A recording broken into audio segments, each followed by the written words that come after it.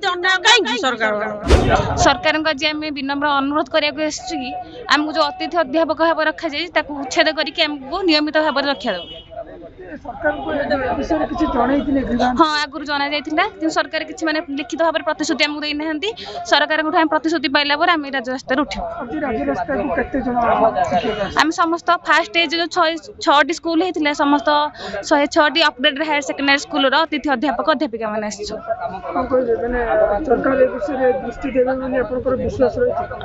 आशा भरोसा अच्छी आम सरकार निश्चित भाव में आमर दाबी पूरण करेंगे से विश्वास भरोसा पाई आम आसी राजरास्त पहुंचीचु। ए विक्षोभ आम समस्त निश्चित भाव में आमर आशा और विश्वास अच्छी आम सरकार आम कथा शुणवे।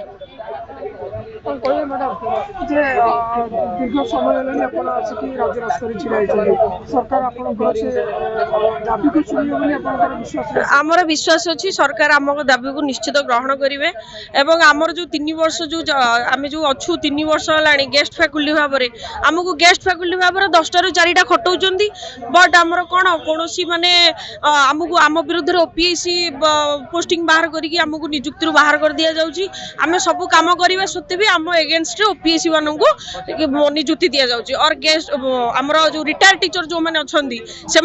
आम विरुद्ध बाहर कर दौरान आम प्रति एत अन्याय कहीं सरकार मान मुझे जानूँ सरकार निश्चित आमर विश्वास अच्छी सरकार निश्चित आम दाबी शुणी पारे।